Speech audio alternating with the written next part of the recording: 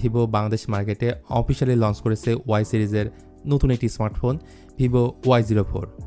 এই ফোনটা দুইটা ভেরিয়েন্টে লঞ্চ হয়েছে, 464 এবং 4128। 464 দাম হচ্ছে 11,999 টাকা এবং 628-এর দাম হচ্ছে 12,999 টাকা। তো এই ফোনটার মধ্যে কী এমন আছে যার জন্য এত বেশি আলোচনা হচ্ছে, চলুন সেটা নিয়ে একটু ডিসকাস করি। তার আগে যারা এখনও এই চ্যানেলটা সাবস্ক্রাইব করেননি তারা জলদি সাবস্ক্রাইব করে ফেলুন। এটার ডিজাইন এবং বিল কোয়ালিটিতে ভিভো Y04 অনেকটাই এগিয়ে আছে, কারণ এই ফোনটার মধ্যে তারা ব্যবহার করেছে SGS and military grade shock resistance certification. Even এটার যে মাদারবোর্ড বা চ্যাসিস সেটাও ডাইকাস্ট অ্যালুমিনিয়ামের।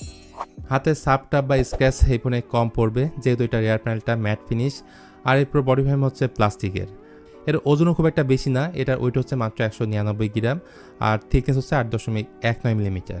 তাছাড়া দরকারি প্রায় সব কিছুই দেওয়া হয়েছে, side mount fingerprint scanner, type C port, 3.5 millimetre headphone jack এবং প্রাইমারি মাইক্রোফোন, বাট দেওয়া হয়নি সেকেন্ডারি নয়েজ ক্যান্সেলেশন মাইক এবং ডুয়েল স্পিকার। কালার অপশন থাকছে দুইটা, একটা হচ্ছে জেড গ্রিন এবং অন্যটা হচ্ছে টাইটানিয়াম গোল্ড।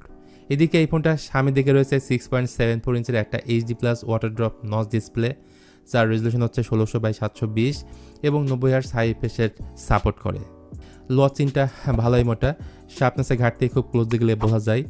অন্যদিকে এই ডিসপ্লের কালার কন্ট্রাস্ট বা ব্রাইটনেস খারাপ বলবো না, এটার পিক ব্রাইটনেস 570 নিটস, যেটা বাজেট ফোন হিসেবে ঠিক আছে।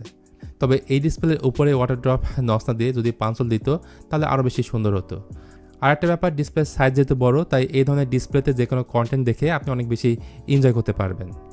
দেন যদি আসি পারফরমেন্স সেশনে, এতে ব্যবহার করা হয়েছে ইনিসক T7225 বা বলতে পারেন ইনিসক T612, যেখানে এর ম্যাক্সিমাম ক্লক স্পিড হচ্ছে 1.8 GHz এবং এটা 12 ন্যানোমিটার আর্কিটেকচারে বিল্ড। সাধারণত আমরা বাজেট সেগমেন্টের ফোনে এই ধরনের প্রসেসর ব্যবহৃত দেখি, প্রায় 1.5 লাখের মতো। এটার আন্তঃ স্কোর, গিগবেঞ্চ স্কোর সিঙ্গেল করে 422 এবং মাল্টিকোর স্কোর হচ্ছে 1509। সাথে রয়েছে 464 এবং 4128 স্টোরেজ ভেরিয়েন্ট।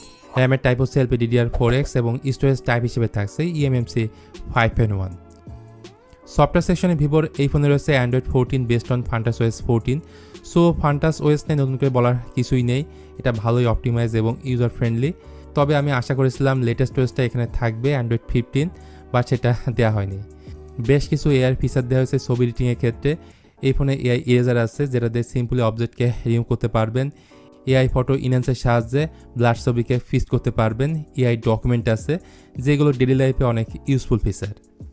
পারফরমেন্সের পরে যদি ক্যামেরাতে আসি, ইয়ারে দুইটা ক্যামেরা আছে, একটা হচ্ছে 13 মেগাপিক্সেল যেটা হচ্ছে মেইন ক্যামেরা, তার সাথে আছে একটা সহকারী সেন্সর, আর ফ্রন্ট ফেসিং ক্যামেরাটা 5 মেগাপিক্সেল। এই ফোনের ক্যামেরা নিয়ে আমি বলবো এভারেজ গ্রেডের। যদি বেশি আলোতে ছবি তোলেন সেক্ষেত্রে ভালো ছবি পাবেন, যেখানে HDR ব্যালেন্স ভালোই, কালার অনেকটা ন্যাচারাল, বাট শার্পনেস অনেকটা কম মনে হয়েছে। যদিও পোর্ট্রেট ইমেজ এই ফোনে ভালোই আসে, আর লো লাইটের জন্য এই ক্যামেরাটা মোটেও সুইটেবল না। ইভেন সেলফিতেও পিছিয়ে থাকছে ভিভো Y04। আর ভিডিওর ক্ষেত্রে মেইন ক্যামেরা দিয়ে ভিডিও হেড করা যাবে সর্বোচ্চ 1080p 30 fps। স্টেবিলিটির যথেষ্ট ঘাটতি থাকছে। পাশাপাশি চার্জিং হিসেবে এই ফোনের বক্সে থাকছে 15 ওয়াটের একটা চার্জার আর 5500 mAh বিশাল একটা ব্যাটারি রয়েছে। So charging plus battery backup দুইটাই এই ফোনে আপনারা ভালো পাবেন। সো কমপ্লেন করার মতো এখানে কোনো অপশন নেই, বাট কমপ্লেন করার মতো বেশ কিছু জায়গা আছে। প্রথম জায়গাটা হচ্ছে পারফরমেন্স, ইনিসক T7225 যেটা একেবারে এন্ট্রি লেভেল চিপ। দেন ক্যামেরা রেজাল্ট নিয়ে আমি মোটেও হ্যাপি না। নয়েজ ক্যান্সেলেশন মাইক বা ডুয়েল স্পিকার দুইটাই কোনোটাই দেওয়া হয়নি, এবং 12,000 টাকা দামের একটা ফোনে ওয়াটার ড্রপ নচ ব্যবহার করা হয়েছে। তবে এটাও সত্য, এই ফোনের ব্যাটারি ব্যাকআপ অনেক ভালো পাবেন, ডিজাইনে কোনো কমতি রাখা হয়নি, খুবই স্ট্রং বা শক্তপোক্ত একটা ফোন। সো ভালো দিক খারাপ দিক মিলেছিল ভিভো Y04। সো এখন আপনি ডিসাইড করেন এই ফোনটা কিনবেন কিনা। আজকের ভিডিওটা এই পর্যন্তই। ভিডিওটি ভালো লাগলে please hit the like button, share করতে পারেন আপনার বন্ধুদের সঙ্গে।